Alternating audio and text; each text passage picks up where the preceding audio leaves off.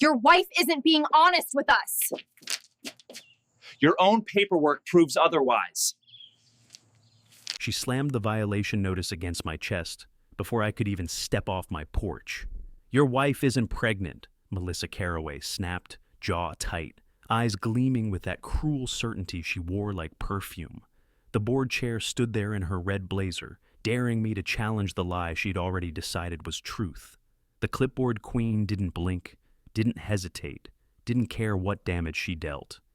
You shouldn't have written this, I told her quietly, letting the paper hang between us like a live wire, especially not to the wrong person. Her eyebrows twitched, just enough to show she didn't understand the danger she'd walked into. That was the moment the reversal clicked. She thought I was just another quiet homeowner. She had no idea the career she'd just collided with. The tyrant in heels had no clue that the man she was trying to shame held certifications judges used to verify real lineage, real pregnancies, real families. Before she could spit out another insult, I dropped the cold truth right back into her lap. You filed your last dependent record incorrectly, I said. That's going to matter a lot sooner than you think. Her lips parted, shock flickering behind her confidence, but only for a second. And for anyone hearing this, if you've ever felt that instant shift in power when a bully overplays their hand, lean in close and hit subscribe right now. Melissa leaned forward, voice sharp. I'm the officer of rules here. Your wife's condition doesn't give her special privileges. I didn't move, didn't flinch. I'm a forensic genealogist. My entire job is proving what's real and exposing what isn't. Her smirk faded half an inch. That was the snapback, calm, precise, unshakable. If you knew my wife's medical history, I added, you'd understand why this isn't just paperwork. It's survival. I saw her posture finally shift, a flicker of uncertainty buried under her rigid stance. The enforcer in crimson looked down at the notice she'd written, as if the ink might defend her from what she'd just stepped into. Behind me, I heard the screen door click softly. My wife, Lena, stood in the doorway with one hand on her belly, the gesture so gentle it made my chest pull tight. Her pregnancy hadn't been easy. We'd lost 2 before this one. Grief had carved us out and rebuilt us in ways Melissa Caraway could never understand. This baby wasn't an idea, wasn't a claim, wasn't something to debate at an HOA meeting. Every heartbeat mattered, every breath meant something. I stepped back toward Lena instinctively, placing myself between her and the storm still gathering on our porch. The clipboard queen watched us with narrowed eyes, studying my wife like she was inspecting a fence violation, instead of a human being. You expect us to take her word for it? She said, disgust dripping from each syllable. You're not entitled to her medical information, I replied. No, HOA is. Her mouth tightened. I can require verification for any exemption. No, I said. You can't fabricate authority just because you're losing control. Melissa's nostrils flared. She jabbed a finger toward the community garden across the street, the one place that held my father's handmade bench. This neighborhood will follow responsibility and honesty, she snapped. That bench, I said softly, is a reminder of exactly that. Wind pushed through the maples behind her, rustling the leaves like they were whispering the truth she refused to hear. She stepped closer, lowering her voice. If she's lying, there will be consequences. And if you're lying, I said, there will be legal consequences. Her confidence wavered. Just a crack. Just enough to tell me she knew she'd gone too far, but not enough to stop her from pushing harder. She tossed the violation toward my feet. We'll see who the court believes.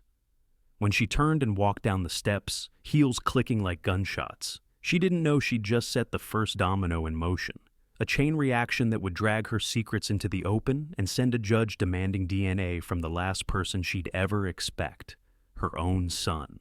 And before the story unfolds, where are you watching from? Melissa Caraway hadn't even reached the end of my walkway before her voice carried across the cul-de-sac, telling 2 neighbors that we were faking a medical hardship. Her words floated over the lawns like poison, drifting into flower beds and porches where people froze, listening, pretending they hadn't heard. The board chair thrived on attention. Any audience, any moment she could twist into leverage.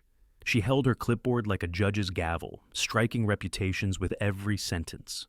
I shut the door gently behind Lena and stepped outside again, not to confront her, but to see who was already absorbing the lie. 3 houses down, Mrs. Aldrich hesitated near her mailbox, eyes darting between me and the enforcer in crimson. She gave me a sympathetic half-nod before stepping inside quickly, as if afraid the clipboard queen would punish her for acknowledging the truth. That was how control worked here. Whisper first, isolate second, enforce third. And today was step 1. I walked down the porch steps, needing air, needing space, needing to measure the damage she'd already done. The evening sun cast long shadows across the community garden across the street. The garden my father had spent his last summer tending. The one where he built the old cedar bench still sitting beneath the lilacs.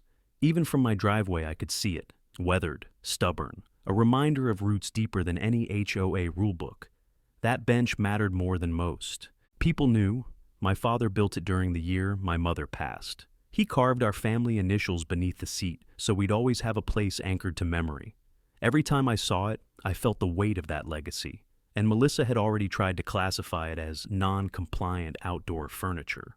Her obsession with erasing anything she couldn't control wasn't new, but attacking my pregnant wife was something else entirely. As I crossed the street toward the garden, Jordan Hale appeared from behind the HOA's notice board, holding a stack of folded event flyers. He froze when he saw me, the papers slipping a little in his hands. His posture tightened in that way people display when they're caught between telling the truth and keeping their job. "Long day?" I asked him. He swallowed. His eyes flicked toward where the tyrant in heels was still lecturing a neighbor about integrity. "You could say that," he murmured. The conflicted witness didn't look at me directly. He looked at the ground, then at the bench, then at the HOA office window, as if checking whether Melissa was watching. Everything about him read tension, shoulders stiff, jaw clenched, sweat barely visible on his temples. This man knew something, and whatever it was, it weighed heavier than paperwork. Before I could say anything, he cleared his throat. "She shouldn't have said what she said." His voice cracked almost imperceptibly. "About your wife. That's an understatement." He nodded, gripping the flyers tighter. "I'm not supposed to talk about internal matters." "That's fine," I said. "I'm good at reading silence." He blinked, startled.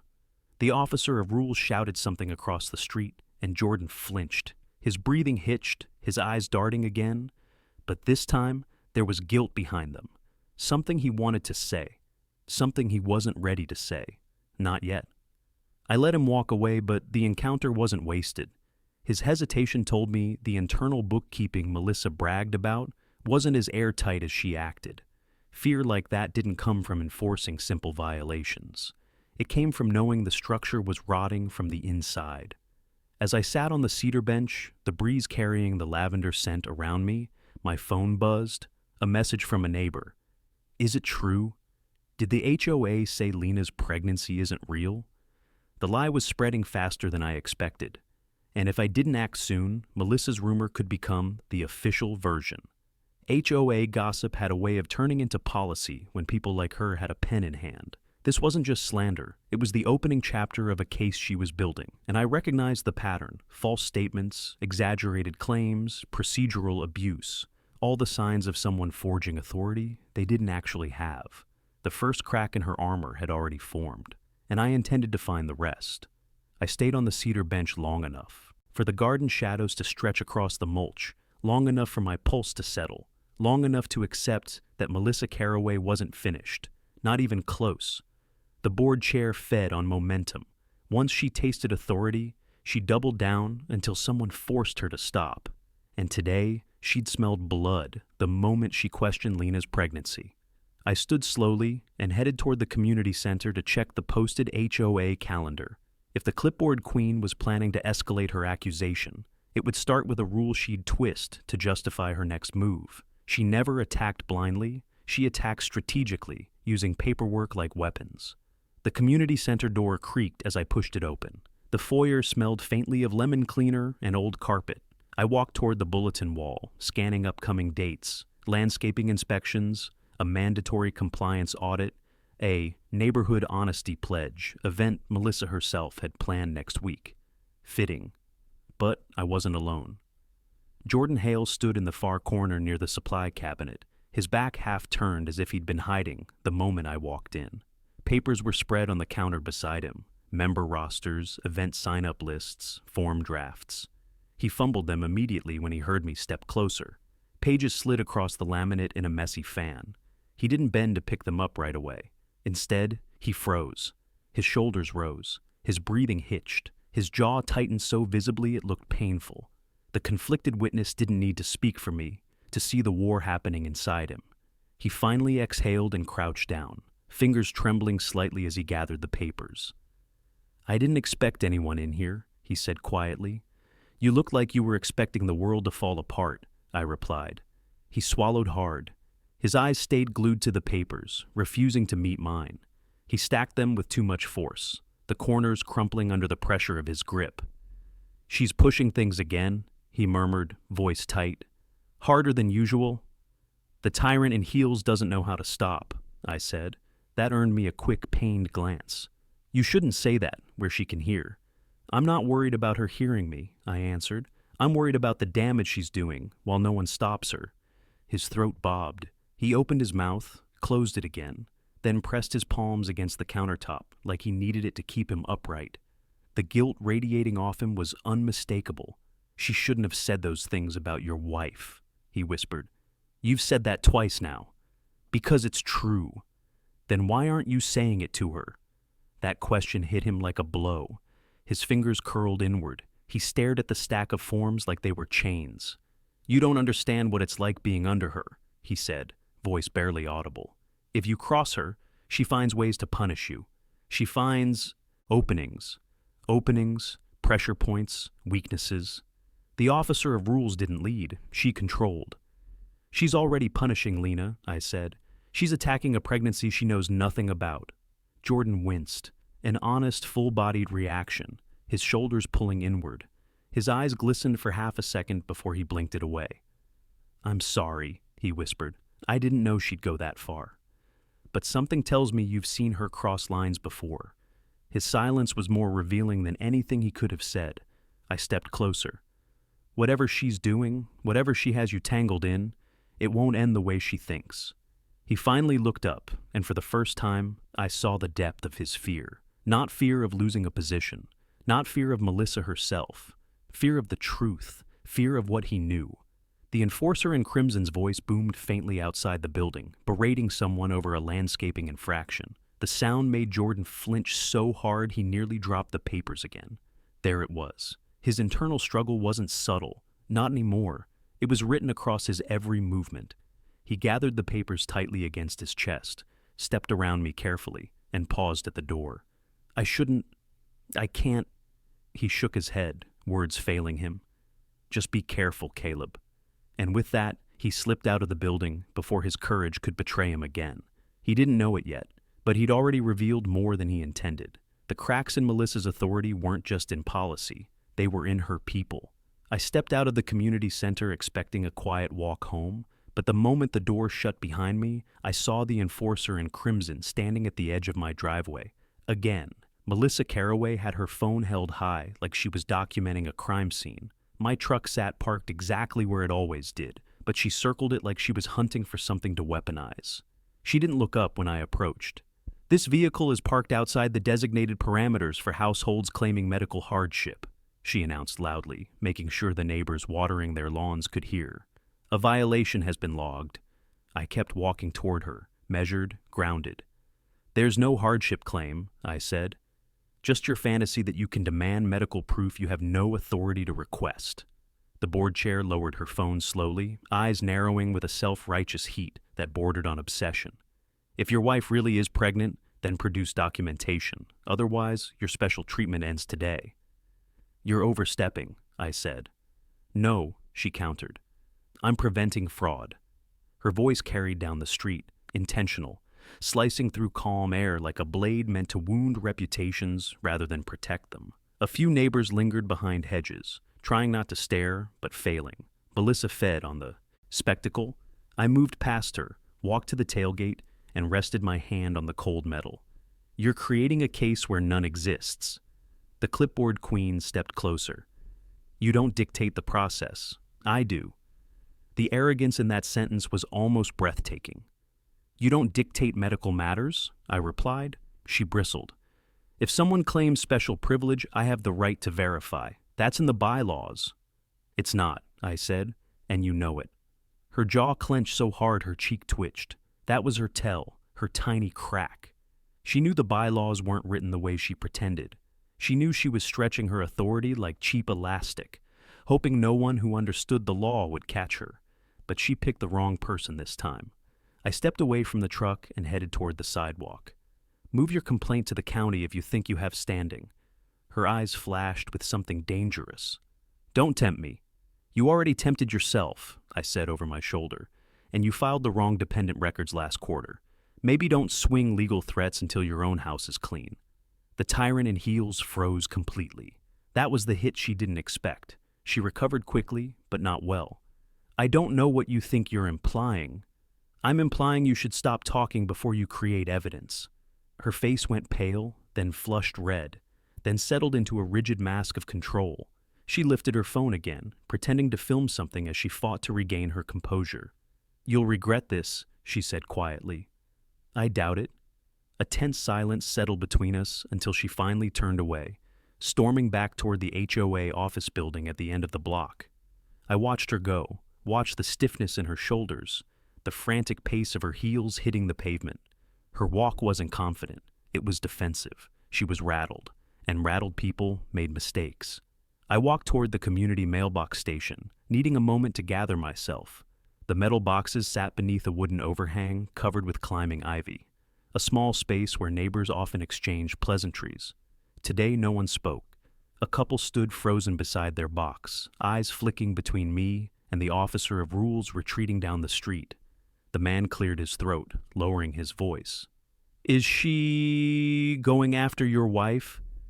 "She already has," I said. His expression tightened with sympathy. The woman touched his arm, whispering something I couldn't hear. They left quickly, discomfort trailing behind them like wind. I opened my mailbox and found a stack of HOA envelopes waiting. Fast. Too fast. She'd already printed additional notices. This wasn't a misunderstanding. This was a campaign. But campaigns can be traced. Procedures can be audited. Authority can be disproven. I tucked the envelopes under my arm and headed home. The escalation wasn't the part that bothered me. The speed was. Melissa Caraway was preparing something bigger, and whatever it was, she intended to make it public. By the time I reached my front door, the weight of those fresh HOA envelopes pulled at me like anchors. Lena was resting on the couch, feet elevated, a soft blanket draped across her legs. I didn't want to bring this stress into her space, not tonight. Her breathing had been uneven all week, and the last thing she needed was another reminder that someone was trying to erase our child's existence with bureaucracy. So I stepped back outside and moved to the side yard, choosing the picnic table tucked beneath the big ash tree. It was quiet there, safer, calmer, a place where I could think like the forensic genealogist I'd spent my career becoming. Not a panicked husband, not a man pushed to the edge, just the trained observer. I slid the envelopes across the wood surface and opened only the top flap, careful not to crumple anything inside. Instead of reading the notices, I studied the formatting, the alignment, the seal placement, the way each form number was written. Melissa Caraway was sloppy when she rushed, and she was rushing now. I unfolded the first page and immediately saw it. The wrong form code for the violation she claimed, a code used for dependent verification, not parking issues. A mistake an average homeowner wouldn't notice, but to someone who worked with case files every day, it stuck out like a bruise. The board chair had recycled a document template from an unrelated HOA filing, but not just any filing.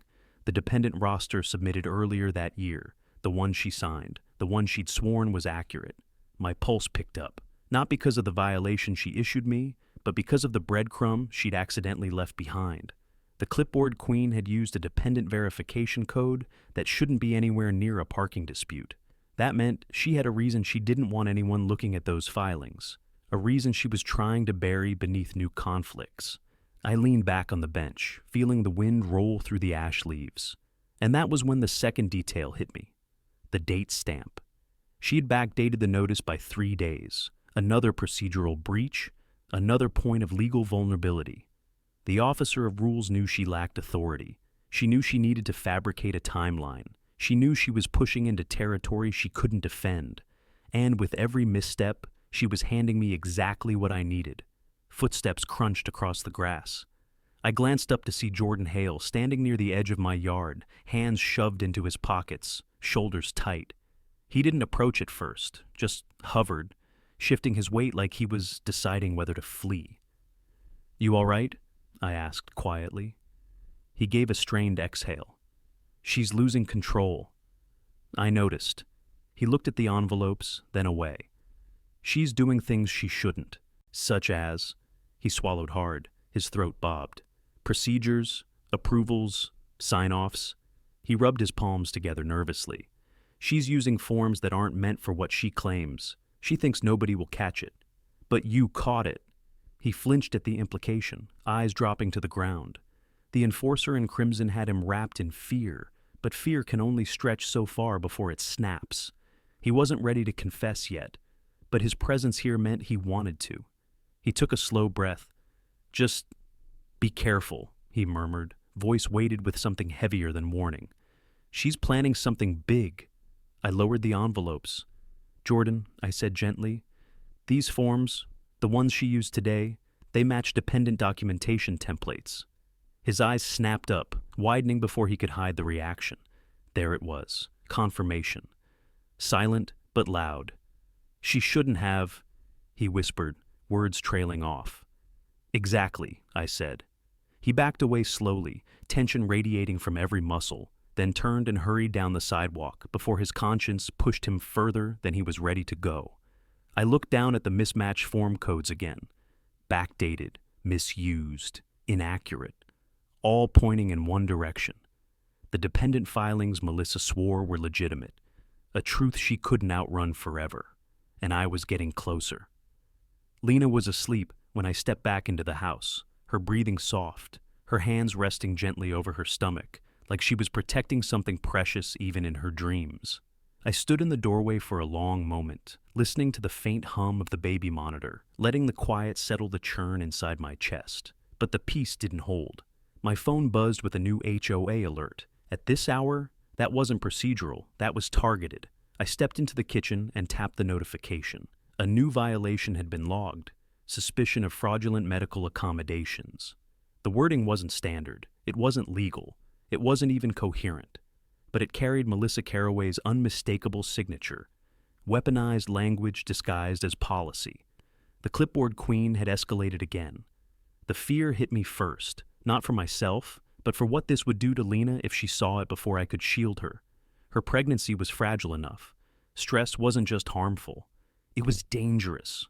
I grabbed my keys and slipped out the back door, heading across the dimly lit lawn toward the neighborhood's community fitness center, which doubled as the storage site for HOA activity logs.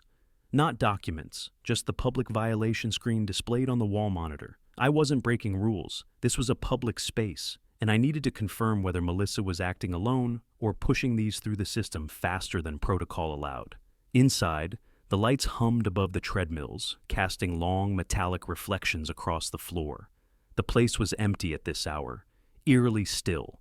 A single monitor glowed on the far wall, listing violations in chronological order. And there it was. Melissa had filed 4 in the last hour, all tied to us. But something else stood out, something I'd never seen before. The timestamp format didn't match. The officer of rules had manually edited the entries. That was the moment everything in me shifted.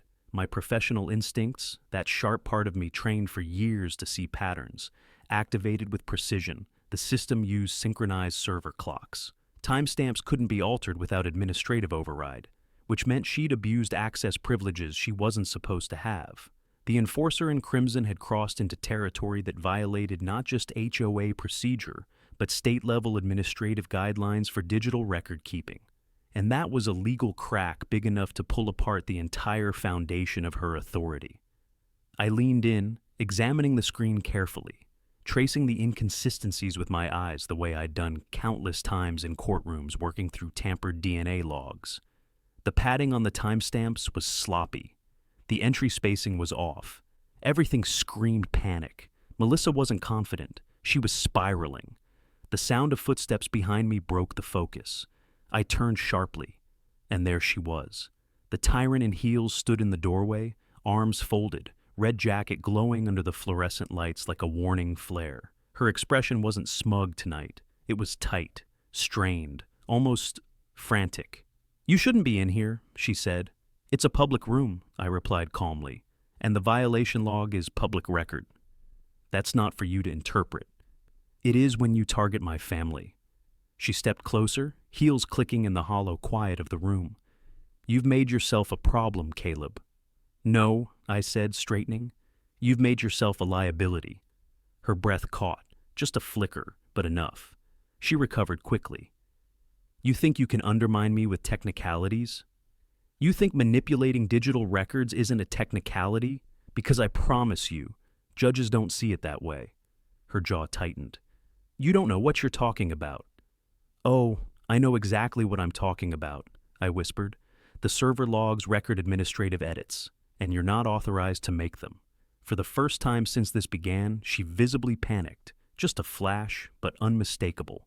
She turned abruptly, storming out of the room before her voice betrayed her. The door slammed behind her, echoing through the empty building. I exhaled shakily. This wasn't just escalation, this was desperation. Melissa's lies were losing their footing, and she was starting to grasp at anything she could twist, break, or forge to hold her power. But the moment she edited official records, she gave me exactly what I needed. The case wasn't shifting. It had cracked wide open. I stayed in the dim hallway outside the community fitness center for a moment, letting the echo of the slamming door settle. The enforcer in crimson had left in a rush, heels scraping against the linoleum like she was trying to outrun the truth that had finally caught her. The edited logs, the mismatched timestamps, the desperate escalation, it all pointed in one direction. Melissa Caraway was losing her grip. I stepped outside into the cool night, my breath visible in the air. The street lamps washed the cul-de-sac in a soft amber glow. A neighbor's wind chimes clicked gently in the distance. Everything looked quiet, peaceful, deceptive. Then I saw him. Jordan Hale stood near the playground fence, shoulders hunched, hands gripping the railing like it was the only thing keeping him upright.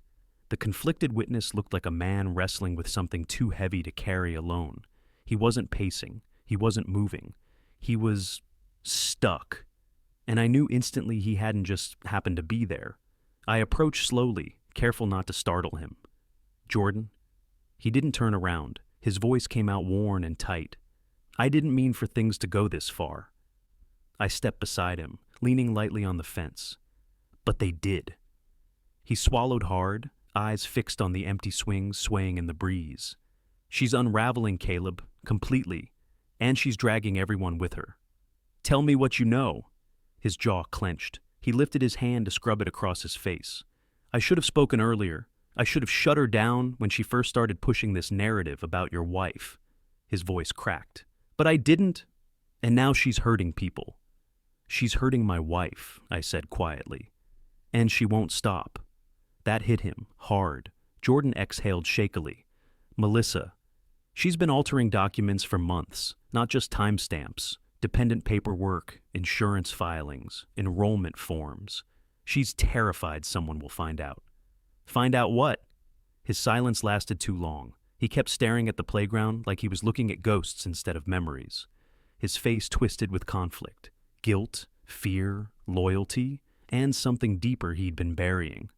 "Jordan," I said gently, "this is your chance to do the right thing."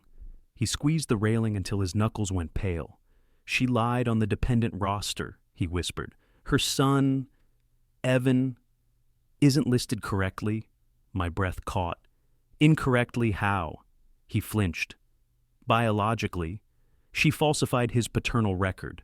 She used the HOA insurance to cover him, but she didn't use the father's real information." My heart dropped. "You're saying—" He shook his head quickly. "I'm saying she used fabricated data to validate him as a resident dependent. That's insurance fraud, Caleb. Serious fraud. And if anyone cross-references the genetic profile she submitted with her renewal forms, she's done." The clipboard. Queen's secret snapped into full clarity. This wasn't about my wife's pregnancy. This was about Melissa hiding something about her own child. And Lena's pregnancy accusation, a distraction, a smokescreen, a desperate attempt to redirect attention. "Jordan," I said slowly, "did you help her file those records?" He swallowed again, this time painfully. "She pressured me. She implied I'd lose my position if I didn't look the other way." His voice broke. "I didn't forge anything, but I didn't stop her either." His breathing grew uneven. "I can't carry that anymore." I stepped closer. "You're doing the right thing now."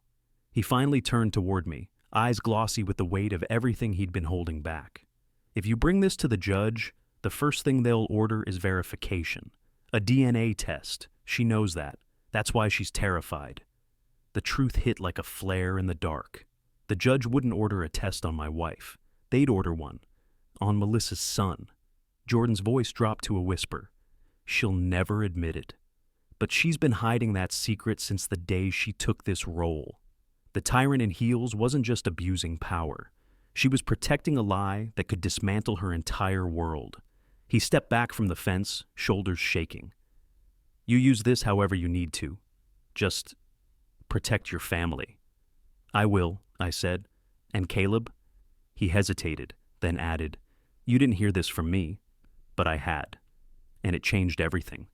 The victory strategy wasn't just possible now. It was inevitable. I didn't sleep.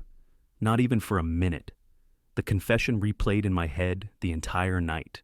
Jordan's cracking voice, the fear in his eyes, the truth he finally let slip. By sunrise, the house felt heavier, like the walls themselves were aware of the storm gathering around us.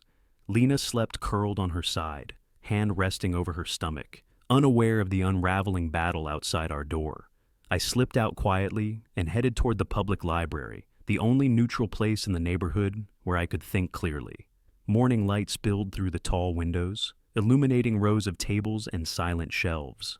A few early risers sat scattered in corners, reading newspapers or tapping quietly at laptops. The hush in the building steadied me in a way I desperately needed. I chose a table near the genealogy section, ironically fitting, and opened my laptop. This was no longer about defending my wife. This was about proving Melissa Caraway had falsified legally binding dependent records. And if I could show even one procedural breach with her signatures, her entire case would collapse before it reached daylight. The board chair thrived on intimidation, not accuracy. She weaponized authority, but didn't respect the rules that created it. That was her weakness. Mine was knowing the architecture of those rules better than most county officers did.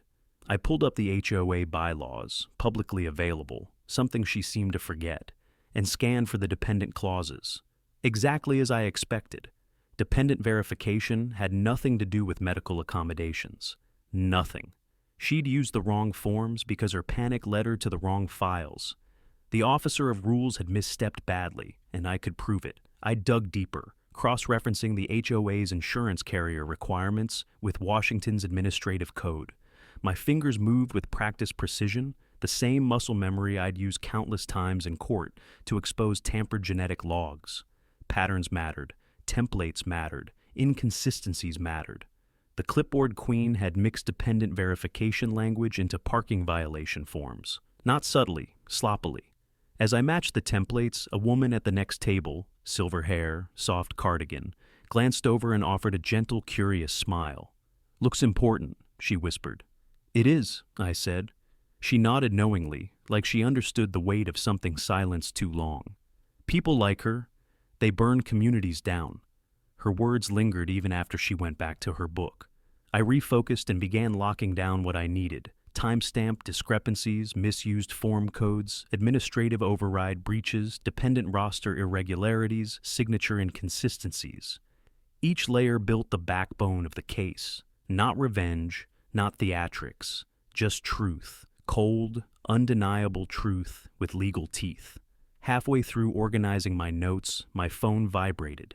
A new message: HOA community update, emergency meeting scheduled for tomorrow. Attendance required. There it was. The enforcer in crimson was preparing to escalate publicly. She'd corner herself. She just didn't realize it yet. I kept working, constructing a step-by-step outline of the discrepancies Jordan hinted at. I couldn't expose him, couldn't involve his name, but his confession guided me to the exact pieces she'd hoped no one would connect. A shadow fell across my table. I looked up. It was Mr. Aldridge, the quiet neighbor from 3 houses down. He adjusted his glasses, eyes worried. "I shouldn't interrupt," he said softly, "but I heard what she said about your wife yesterday." The weight of his sympathy pressed gently on my shoulders. "She's lying," I said simply. "I know," he whispered. "And, for what it's worth, the neighborhood is starting to see through her. People were waking up. Good. Because tomorrow's meeting would expose more than a rumor. It would expose the tyrant in heels herself." I sent myself the compiled notes and shut the laptop. As I stood, the library seemed brighter, less oppressive, more purposeful. The plan was forming, not vengeance, not defense, a clean, precise dismantling of false authority. When I stepped outside, the morning breeze carried the faint scent of pine. The neighborhood lay quiet ahead of me, rows of houses, trimmed, lawns, familiar sidewalks. Tomorrow, everything about this place would change, and the truth would finally step into the light. By the time I got home from the library, the emergency meeting notice had already spread across the neighborhood like wildfire. People lingered on sidewalks, speaking in low voices, pausing their conversations whenever I walked past. Not out of judgment, but anticipation. Something was shifting. Something in the air had snapped loose from the officer of rules' control. Inside, Lena sat upright on the couch, a soft blanket over her lap. She looked exhausted, but calmer. "Everything okay?" she asked. I sat beside her and took her hand gently. "Tomorrow's the meeting," I said. "She's trying to corner us publicly." Lena exhaled slowly, brushing her thumb along my knuckles. "We'll get through it." Her strength always centered me, but the weight of what Melissa Caraway had done still pressed hard against my ribs. I kissed Lena's forehead, then stood. "I need to get ready."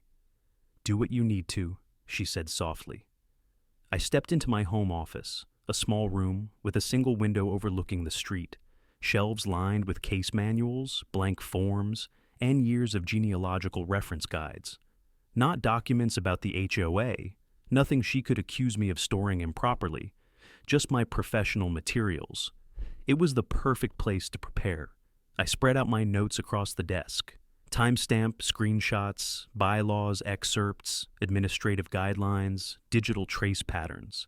Everything I'd organized at the library now needed to be tightened into something clean. Something a judge couldn't ignore. Something the clipboard queen couldn't slip out of. A knock sounded on the window. I looked up. Jordan Hale stood outside, shifting nervously, glancing over his shoulder as if afraid the enforcer in crimson was right behind him. His face was pale, shoulders drawn in. I opened the window just enough to speak. "You shouldn't be here." "I know," he whispered, "but tomorrow, she's going to try and make an example of your wife.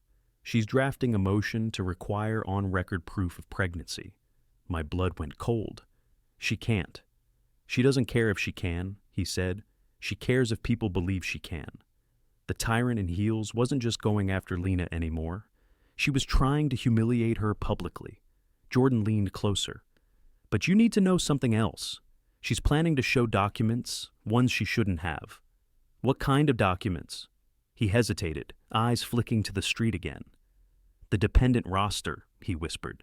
"She thinks she can use your wife's pregnancy as a distraction to avoid scrutiny. But she's bringing it." My pulse kicked hard. "She's going to present falsified records? In a public meeting?" He nodded weakly. "She thinks if she pushes the narrative hard enough, no one will question the format errors." "She's wrong." He blinked. "You already know?" "I noticed," I said, "and so will a judge." Jordan exhaled shakily. "She's unraveling, Caleb. You need to be ready. She's not thinking straight." "I am ready." He stepped back, hands trembling. "I can't say more. Just don't let her blindside your wife tomorrow." "I won't." He nodded once, quickly, then hurried away down the sidewalk, head low, body language heavy with fear. When I shut the window, something in me hardened. Melissa didn't understand who she was fighting. My phone buzzed, another neighbor. "If she attacks your wife tomorrow, I'm speaking up." The messages kept coming, one after another, quiet support, growing support. People were tired of being controlled by someone who built her authority out of intimidation rather than truth. I turned back to the desk and began assembling the preparation packet. Not evidence, not yet. Just the framework, the bones, the procedural sequence she'd broken, the legal inconsistencies she'd created with her panic, the digital edits she'd made without authorization, the misaligned form codes, the dependent roster she tampered with. She was about to walk into a public meeting holding the very rope she'd tied around her own neck. The officer of rules didn't know the trap had been set. Not by manipulation, not by vengeance, by her own hand. All I had to do was let her tighten it. Tomorrow would be the beginning of the end. And for the first time since this nightmare started, I felt calm. Because Melissa Caraway wasn't the force she pretended to be.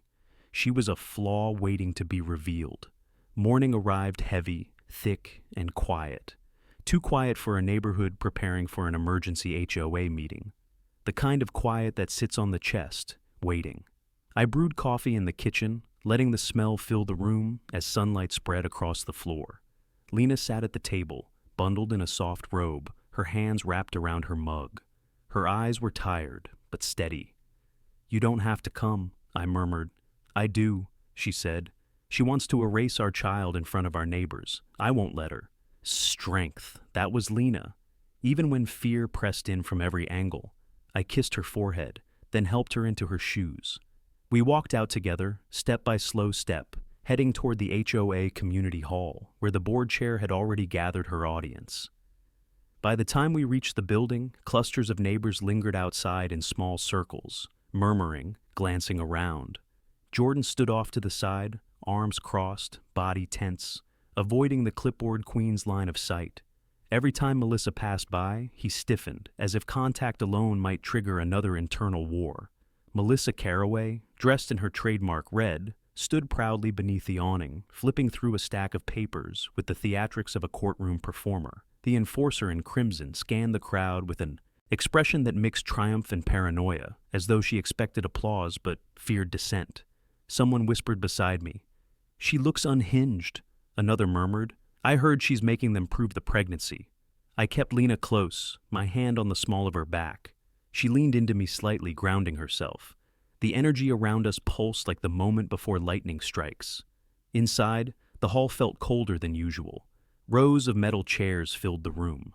A long table sat at the front, where the HOA board members waited, shifting nervously, pretending they weren't witnessing their vice president come apart at the seams. The tyrant in heels strutted to the podium, her smile stretched too wide. "Good morning, everyone," she announced, projecting her voice as if she were hosting a televised debate. "We have serious concerns regarding fraudulent claims made within this community." Gasps rippled across the room. I felt Lena tense. Melissa continued. "Specifically, an alleged pregnancy used to bypass parking regulations and gain unwarranted privileges." I stood immediately. "You're out of line." Her smile sharpened. "Sit down, Mr. Rourke. You're welcome to speak when recognized." But the crowd didn't like that. A woman in the second row shook her head. "You don't talk to people like that." Another man added, "We're here to live in a neighborhood, not a dictatorship." Her jaw twitched, but she pushed forward. "As I was saying," she continued, "we will review the matter using documentation I have prepared." That was the moment my heart stilled. She held up the dependent roster, the same roster she forged. My gaze shot to Jordan. His eyes widened, panic flushing his face. His hands began to shake, plain, uncontrolled tremors of guilt and fear. He mouthed silently, "She's really doing it." Melissa flipped through the pages with exaggerated confidence, tapping her finger on lines she hoped no one could decipher.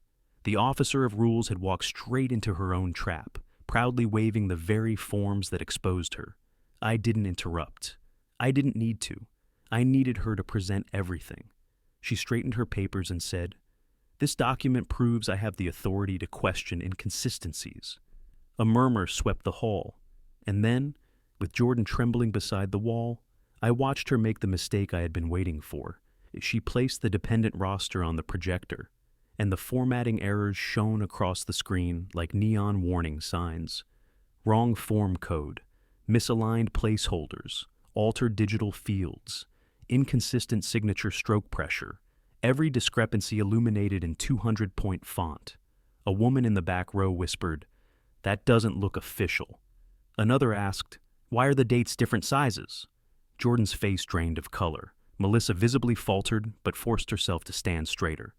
"These forms are verified." "No," I said, softly, rising to my feet. "They're not." Every head turned toward me. The room shifted. Anticipation surged. Lena took my hand, steady despite the storm. The clipboard queen tried to speak, but the cracks in her authority were spreading fast, faster than she could patch them. And there was no turning back now. The room fell into a thick, breathless silence. Every pair of eyes bounced between me and the projected document, its mismatched fonts and fractured signatures glowing like a confession Melissa never intended to make. She stood frozen behind the podium, knuckles white around the edges, the enforcer in crimson suddenly looking far less invincible under the cold fluorescent lights. I stepped forward just enough for the audience to turn their bodies toward me. "You said these forms were verified," I said, calm but cutting. "So, tell us, which state administrator approved them?" Her mouth opened, but there was nothing behind it, nothing but panic. Gasps rippled through the hall. Chairs creaked, the tension stretched sharp as piano wire. From the back row, someone muttered, "She forged them." Another voice added, "We trusted her." Melissa's chest rose and fell in quick bursts. She tried to speak, but her voice cracked. The tyrant in heels scanned the room desperately, looking for an ally, anyone she could pull down with her before she drowned. But, for the first time, the board members avoided her gaze. Even her closest supporters seemed suddenly fascinated by their fingernails. I walked closer to the front, not threateningly, just enough to show I wasn't backing down. Lena squeezed my hand before I moved, her silent strength pushing me forward. "These documents," I continued, gesturing toward the screen, "aren't just formatted incorrectly. They're fabricated from a dependent roster that doesn't exist in the HOA bylaws. There's no policy granting her the power to demand proof of pregnancy from any homeowner." A wave of murmuring spread again, this time louder. The clipboard queen slammed her palm against the podium. "I did what needed to be done for this community." "No," a man from the second row shot back, standing. "You did what made you feel powerful." The crowd's energy shifted. Fear broke. Courage filled the space. People began standing one by one, facing her, matching her authoritarian stare with something stronger. Collective defiance. I kept my voice steady. "You didn't have legal standing to request medical information, and you didn't have the right to access, edit, or display dependent records, especially not in a public meeting." Jordan flinched at the word records. His hands trembled again, but he stepped away from the wall and moved closer to the crowd. His face was pale, but he was standing. That alone was a victory. The officer of rules gripped the podium tighter. "You're twisting this." "Really?" I interrupted, tilting my head. "Because the form code on your official document belongs to the HOA's maintenance request template, not dependent verification.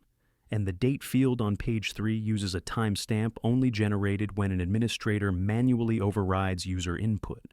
Another wave of shock moved through the audience. One neighbor whispered, "She changed it herself?" Another woman clapped a hand to her mouth. "This is fraud." Melissa's breathing stuttered. She looked at Jordan, finally noticing his shaking shoulders, the guilt written all over him. "You," she hissed, betrayal dripping from her voice. "You told him something." He swallowed, hard. "I didn't tell him enough," he said, voice barely above a whisper. "But I'm done covering for you." The room erupted. People gasped, a few clapped. The dam had burst, and truth flooded out with the force of a collapsing levee. Melissa stumbled back a step, nearly tripping over her own heel.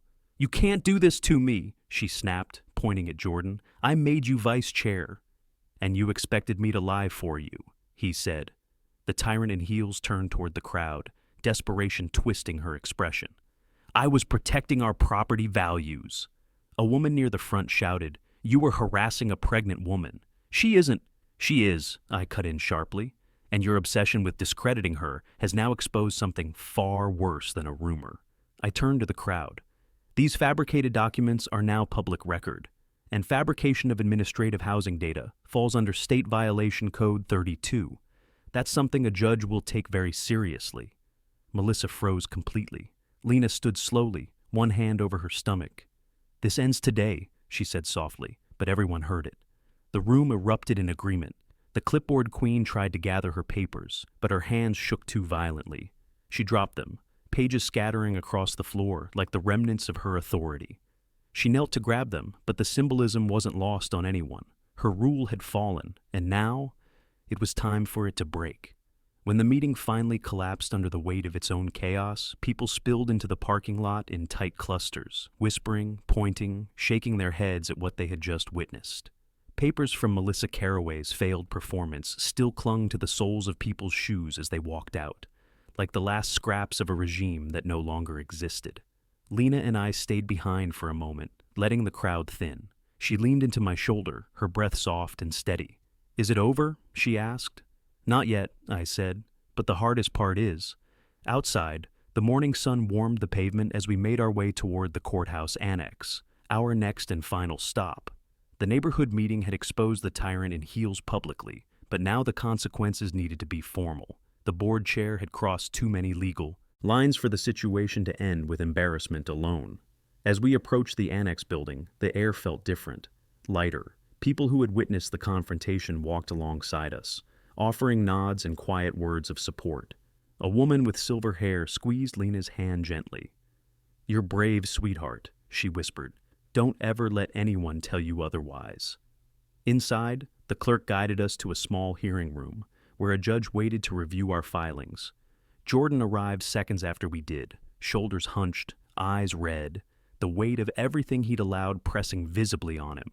When he sat down beside us, he whispered, "I'm not going to run from what I saw, or what I did." I nodded. "You're doing the right thing." The judge entered, glasses low on her nose, calm but sharp-eyed. "You're here regarding a discriminatory action complaint?" she asked. "Yes," I said, sliding the packet across her desk. Clean, concise, organized. No extra commentary. Just the truth arranged in the order required by law. She flipped through the pages silently. Each section, the misused form codes, the unauthorized digital edits, the procedural breaches, told a story even stronger than the confrontation earlier. When she reached the dependent roster, she paused, tapping her finger on the mismatched dates. "These fields shouldn't appear on an HOA document," she said. "No, they shouldn't," I replied. She turned to Jordan. "And you confirm she created these?" His voice trembled, but he nodded. "Yes, Your Honor." The judge leaned back in her chair. "This is a clear violation of administrative procedure, privacy expectations, and HOA governance limitations." Her eyes lifted to mine. "And the accusation against your wife?" "Baseless," I said. Lena took my hand again. The judge noticed. "In matters of medical accommodations," the judge added, "the HOA has absolutely no authority to demand proof of pregnancy, and certainly not in a public setting." That was it. The last barrier falling. She signed an order, swift, decisive, effective immediately. Melissa Caraway was suspended from all HOA authority pending a full investigation. All fabricated documents were entered into evidence for potential charges. A temporary injunction prohibited any HOA official from contacting or harassing homeowners regarding medical matters. When the judge handed the order back to us, something in my chest loosened for the first time in weeks. Outside, the enforcer in crimson waited at the bottom of the courthouse steps, pacing with frantic energy. When she saw us, she stopped cold. Her eyes darted from Lena's stomach to the official stamped papers in my hand. She didn't speak. She didn't need to. Everything she had built, every ounce of false authority, was gone. Neighbors passing by slowed down, watching the moment unfold. Not with cruelty, but with the quiet recognition that justice had finally reached a place it had been denied for far too long. As Melissa stormed away, heels clicking against the sidewalk like broken metronomes, the community seemed to exhale as one. Lena rested her hand on her belly. "We're safe now," she whispered. I wrapped an arm around her. "We are. And this neighborhood, it'll heal. Because that's what truth does. It doesn't just win, it restores. And if you've ever lived through something like this, or Watch someone finally stand up to a bully and win? If you want more stories of homeowners standing up to HOA tyranny, hit subscribe right now, share your story in the comments, and let me know where you're watching from.